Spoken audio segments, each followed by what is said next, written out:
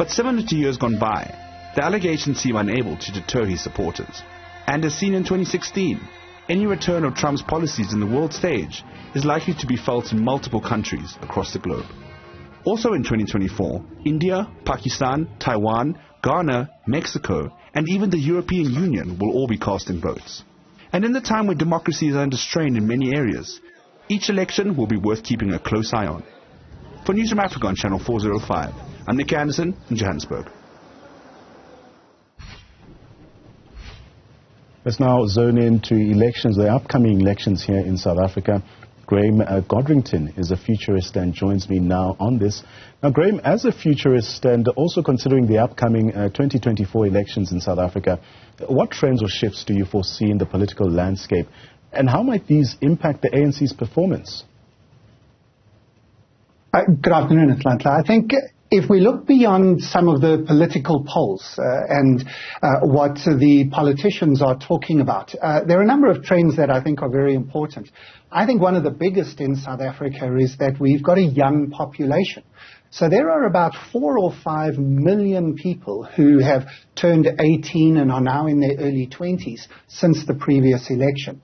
And these young people probably don't have the same affiliation that their parents might have to traditional political parties. And if they sign up to vote, and that's still quite a big if with younger generations all around the world, and then if they vote, they could have a significant impact. Even half of them, even 2 or 3 million votes in one direction or another could make quite a big difference in this election. And I think a second trend is similar to that, and that is a number of new parties and new alliances between parties that we will see in this year's election. So I think there's some very interesting things that haven't happened before. Yeah. We can't rely on history to tell us what might happen this year. I think it's important that we add the disclaimer that you are, of course, not speaking to us as a political analyst, but as a futurist. But I'm quite interested in what you're saying, especially when it comes to young people being, well, potentially the game changers. But it would seem that young people generally don't have an appetite to go to the polls. Or am I wrong? No, I think you're right. I think all around the world, a lot of young people have disengaged from politics because they just think, it doesn't matter. My vote doesn't matter. And at one level, that's probably true. If you're in a country like we are of 60 million people with about half of those people registered to vote, you can easily think that my vote doesn't matter. And as politicians get older and older, that's happening in America, but of course here in South Africa as well, I think young people feel very disconnected from politics. But again, I think we can begin to see in some parts of the world, the divide now in politics is less between the traditional left and right, the traditional conservative and progressive views, and it's becoming more of a fight between younger and older people. We've seen this in Australia, I think, recently, in some of the Scandinavian countries, and I think it might be what's playing out in the UK and forcing a bit of a change there. So it remains to be seen whether the young people can be activated by any of the political parties, whether any of the spokespeople, any of the messages that we will begin to see over the next few months really resonate with young people.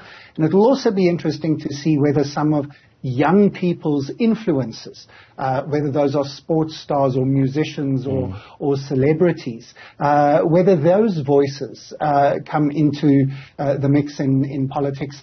Again, Taylor Swift, for example, is quite an influence, I think, in the American elections already this year. And that might happen here in South Africa as well. I want to delve into the issue around coalition politics as well, and also getting your observations on, of course, what's been widely reported of coalition arrangements being tested over the years. Now, a potential scenario in the elections, how can the ANC then call it navigate collaboration with other parties while maintaining effective governance? And what challenges might arise in such a political landscape? Well, as you said a moment ago, I'm not a political analyst. I'm a trends forecaster. So I don't want to have a look at the political aspects of that. But I think a lot of people in South Africa are nervous of coalition because I think people think coalition doesn't work. We've had coalition at municipal levels where cities, it just looks dysfunctional. And so your question, I think, is a question that's on a lot of people's minds. Will coalition work in South Africa if we have to? And I think we, first of all, need to acknowledge we've never had a national coalition. We've had a government of national unity in the past, which is something different, but we've never had a situation in the democratic history of nobody getting more than 50% and being forced then to find a partner in order to create a government as our constitution requires. And that's looking more and more likely. And I think there's a very interesting scenario there, which means if the ANC gets below 50%, they're unlikely to absolutely plummet. They're not going to get 35 or 40%. So they don't need a big coalition partner. So I don't see the ANC looking at the DA or at the EFF for partnerships. But I think that they might look at one or even two of the very small parties. If they only need 2 or 3 or 4% to get to that 50% mark, they might look for a small party, and that could make for very interesting politics. What it means is that the ANC would generally be able to deliver on whatever goals and plans and promises they make, except they would have to include the promises and goals of a very small party. And what this means for us as voters is, I think, something very exciting. I think it means that our vote, in fact, does count more maybe than it has in the last 30 years. Because we could vote for a small party. We could vote even for a single issue party. And we could discover that that party has quite a lot of power, because they will force the ANC to just take on one issue or to make 2 or 3 extra promises in addition to what the ANC wants to do. And then, of course, we would trust the opposition to hold the government accountable. So I actually am quite excited about us entering a new era of political history in South Africa this year. We mentioned polls a short while ago, and they indicate varying levels of support for the ANC, with the Ipsos at 43% and the Social Research Foundation at about 45%. But from a futuristic perspective, how influential is public sentiment in shaping the trajectory of political events, and what role might it play in the election outcomes? It's absolutely essential. In most countries around the world, about 60% of your voters have already decided who they're going to vote for. It might be that they voted for that party every election their whole lives. They'll never change. And most of those people can be relied upon to come out and vote. So you've then, from a political analyst perspective, you've got to look at, well, how do you move the dial with people who are either undecided or are open to making a change or actively want to make a change. And that's where public perception really does come into it. In the weeks and months leading up to the election, voters are going to be listening. They're going to be listening to what promises are made. They're going to be looking at what each of the parties is saying, how they're saying it. I honestly think we're going to have to keep our eyes open for fake news and for artificial intelligence interference.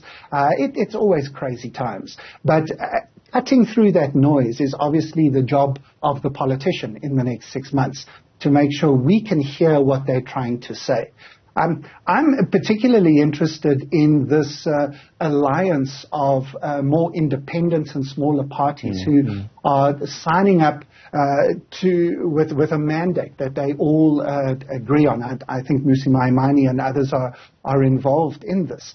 And that means you can vote for a party that really does match what your view is of what the country might be. There's no perfect political parties, there's no perfect system, but we vote for what we believe to be the right set of values, the right set of plans. And so we really do need to keep our ears and eyes open as voters over the next few months to work out which party at least is promising that. And then, of course, the next 5 years is making sure we hold them to the promises they made this year.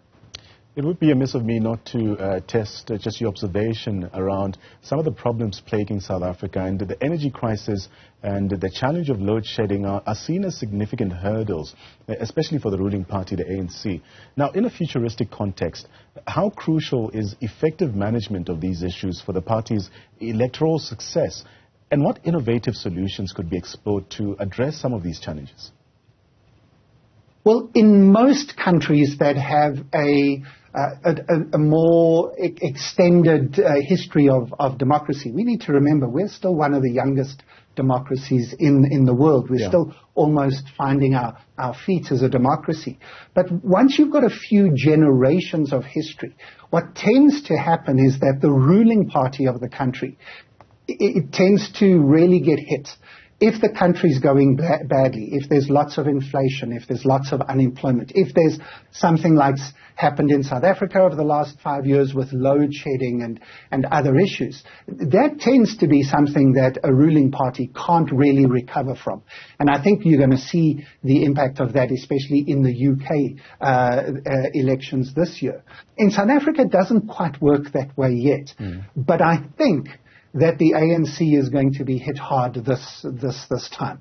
The history, of course, is that they got about 60% in the first elections and then moved up to the upper 60s and then started dropping and, of course, got their lowest results in the previous elections. And every indication is that they will continue to drop further down. And I think that, again, let's go back to where we started with saying younger people coming in are not as linked to the ruling party as older generations are. I think older generations are also saying, I'm not married to the party I voted for my whole life. I can change my vote, even if it's just for one election cycle, just to send a message. Even if I'm still in love with my party, I can still send a message through the polls. And I think this is, again, I'm excited to see a little bit of the maturing of our democracy as people begin to realize what their vote actually means and what it actually says. And I think, unfortunately for the ANC, everything at the moment says that they've got the toughest task they've ever had this year. Judging from what we saw from that package compiled, of course, by my colleague Nick Anderson, there are also a number of political events leading to the U.S. elections this year. How disruptive do you anticipate those elections will be, as we also see a number of legal challenges preceding this? That's a great question. And of course, as your package indicated, I mean, there are nearly 70 countries, including some of the world's biggest, Russia, India, Canada, America, in Africa, we've got Kenya at least, Bangladesh literally underway now. Taiwan has got an election coming up in the next few weeks, which will impact China. So honestly, there are just so many people around the world involved in elections this year, and ours will sort of come right in the middle of that. But the American election cycle starts in the next few weeks as they finalize the lists of people who can be voted for. Then they go into what they call their primary season, which is, it's like many conferences in South Africa, the ANC has theirs where they elect the people who will then stand for them. And all of that's going to be happening at the same time as South African elections. There's a danger that the voters in South Africa are going to be a little bit overwhelmed with election fatigue. And I hope that we are not, because, again, as I've said, every vote is going to count maybe more than it's ever counted before in South Africa, and we need to not be fatigued by what we need to do this year in setting up the next 5 years of the country.